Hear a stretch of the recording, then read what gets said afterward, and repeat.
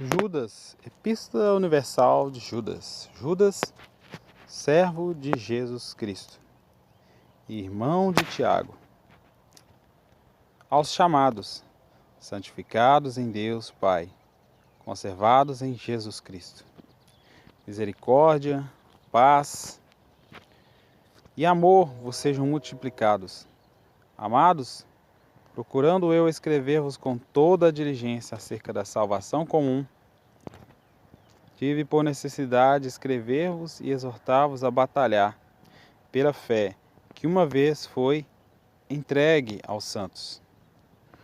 Porque se introduziram furtivamente alguns, os quais já antes estavam escritos para este mesmo juízo, homens ímpios que convertem em dissolução a graça de Deus e negam a Deus, único dominador e Senhor nosso, Jesus Cristo.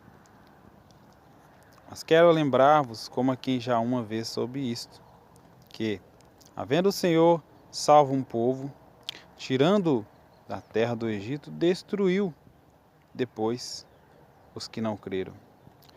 E aos anjos que não guardaram o seu principado, mas deixaram a sua própria habitação, reservou na escuridão e em prisões eternas, até o juízo daquele grande dia.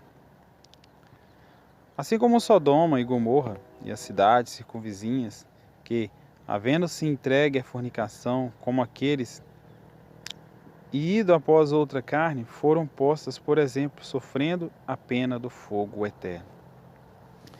E contudo também estes, semelhantemente, adormecidos, contaminam a sua carne e rejeitam a dominação e difamam as dignidades. Mas o arcanjo Miguel, quando contendia com o diabo, disputava a respeito do corpo de Moisés, não ousou pronunciar juízo de maldição contra ele, mas disse: O Senhor te repreenda. Estes, porém, dizem mal do que não sabem, e naquilo que naturalmente conhecem, como animais irracionais, se corrompem. Ai deles, porque entraram pelo caminho de Caim, e foram levados pelo engano do prêmio de Balaão, e pereceram na contradição de Coré. Estes são manchas em vossas festas de amor, banqueteando-se convosco e apacentando-se a si mesmos sem temor. São nuvens sem água, levadas pelos ventos de uma para outra parte. São como árvores murchas, infrutíferas, duas vezes mortas, desarraigadas. Ondas impetuosas do mar, que espumam as suas mesmas abominações, estrelas errantes, para os quais está eternamente reservada a negrura das trevas. E destes profetizou também Enoque, o sétimo depois de Adão, dizendo: Eis que é vindo o Senhor com milhares de seus santos, para fazer juízo contra todos e condenar dentre eles todos os ímpios por todas as suas obras de impiedade que impiamente cometeram, e por todas as duras palavras que ímpios pecadores disseram contra ele. Estes são murmuradores, queixosos da sua sorte, andando segundo as suas concupiscências, e cuja boca diz coisas muito arrogantes, admirando as pessoas por causa do interesse. Mas vós, amados, lembrai-vos das palavras que foram preditas pelos apóstolos de nosso Senhor Jesus Cristo, os quais vos diziam que nos últimos tempos haveria escarnecedores que andariam segundo as suas ímpias concupiscências. Estes são os que a si mesmos se separam, sensuais, que não têm o Espírito. Mas vós, amados, edificando-vos a vós mesmos sobre a vossa santíssima fé, orando no Espírito Santo, conservai-vos a vós mesmos no amor de Deus, esperando a misericórdia de nosso Senhor Jesus Cristo para a vida eterna. E apiedai-vos de alguns usando de discernimento, e salvai alguns com temor, arrebatando-os do fogo, odiando até a túnica manchada da carne. Ora, aquele que é poderoso para vos guardar de tropeçar e apresentar-vos irrepreensíveis com alegria perante a sua glória. Ao Deus único, sábio, Salvador nosso, seja glória e majestade, domínio e poder, agora e para todo sempre. Amém. Uma carta, o servo de Jesus Cristo, né? Irmão também de Tiago, Judas. Uma carta simples, porém muito objetiva e eficaz para os dias de hoje. Então Judas escreveu essa carta para os irmãos, né, santificados em Deus Pai, né, os que foi conservado por Jesus. Ele desejou primeiramente nessa carta misericórdia para os irmãos, paz, né, e amor. No começo da carta é dito isso. Ele começa falando da salvação comum e para que todos batalhassem a respeito da sua fé. Uma vez foi entregue a fé, agora batalhe. E por quê? Aí ele diz no verso 4. Muitos entraram no meio da igreja, no meio do rebanho, dizendo-se cristãos, mas são falsos, fingidos. Eles convertem a graça de Deus em dissolução. Eles são um joio, né? São aqueles que falam e não praticam, são falsos em suas palavras. Então ele começa aqui a comparar essas pessoas. Com quem ele compara elas? Ele compara ela também com os anjos, né? Aqueles anjos que não guardaram, né, o seu principado ali, né? Deixaram a sua habitação e Deus tirou eles lá do céu, expulsou aquele exército de anjos. Agora eram anjos caídos, né? Esses agora não estavam mais fazendo a vontade de Deus, né? Eles seguiram orgulho, seguiram a Lúcifer. E depois também no verso 7 ele compara essas pessoas também como Sodoma e Gomorra, né? E que aquelas pessoas ali de Sodoma e Gomorra que estavam entregues à fornicação. E nisso ele vai comparando.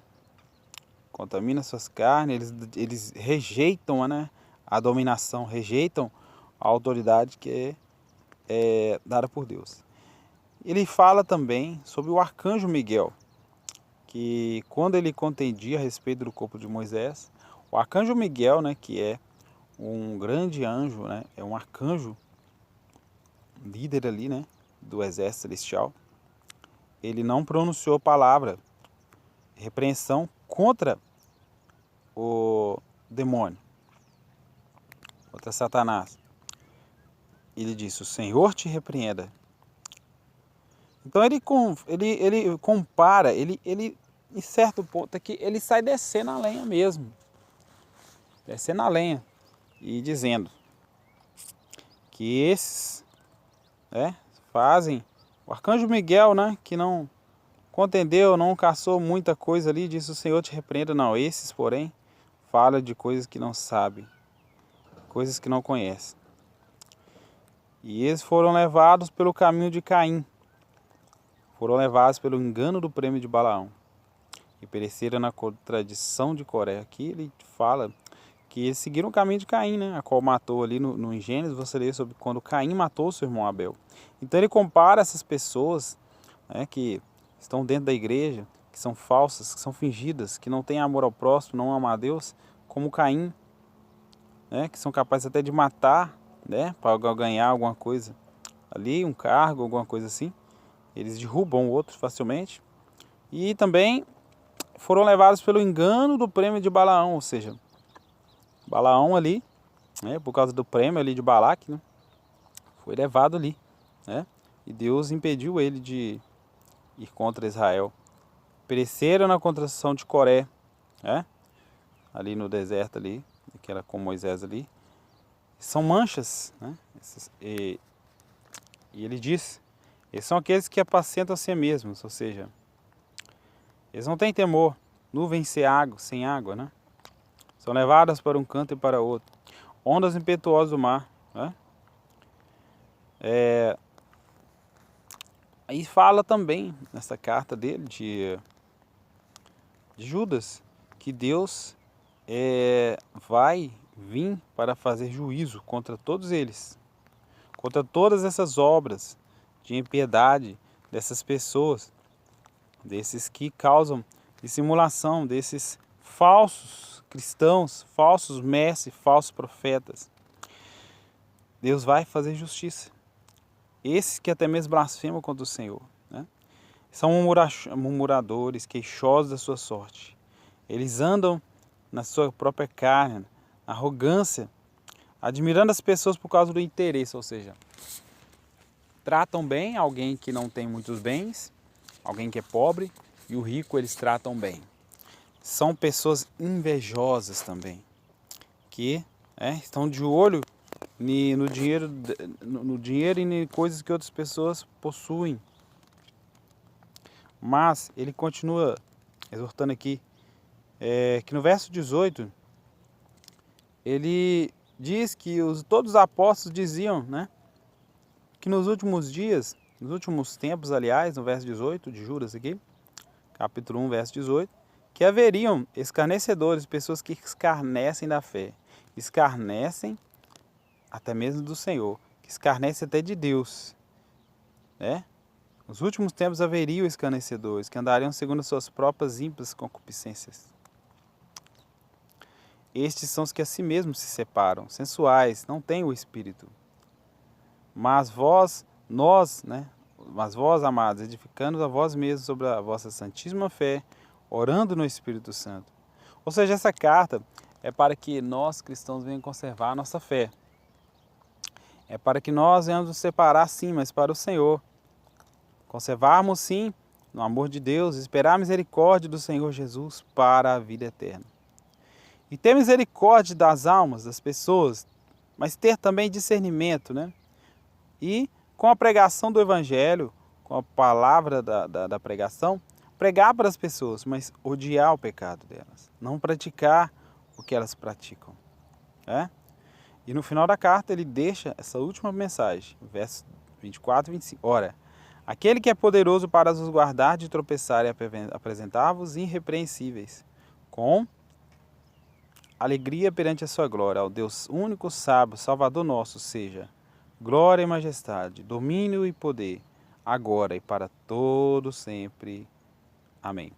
Essa carta de Judas, que é a última, é o último livro, vamos dizer assim, a última carta que antes de Apocalipse, né, é o penúltimo livro do Novo Testamento. Então, meus irmãos, que Deus abençoe a cada um de vocês, a cada um de nós, que nós venhamos ficar com essas palavras aqui de Judas, né, conservar a nossa fé, guardar-nos o amor de Deus, sermos separados para Deus e pregar a palavra de Deus e saber que o joio sempre vai haver no meio do trigo. Ele vai ser tirado na consumação final. Glória a Deus. Que Deus possa estar nos abençoando. Amém? Que Deus possa estar nos guardando da cilada dos ímpios a todo momento. Glória a Deus. E, meu irmão, não se esqueça, né, de inscrever-se nesse canal, de dar o seu like para que o YouTube, dando o seu like, dando o seu joinha, o YouTube vai espalhar essa mensagem também para outras pessoas. Que Deus te abençoe em Cristo Jesus. Amém? Fique livre para você dar o seu comentário. Ok? Então é isso, somente até aí. Essa foi a Epístola Universal de Judas, né? Louvado seja Deus. Deus abençoe em nome do Senhor Jesus.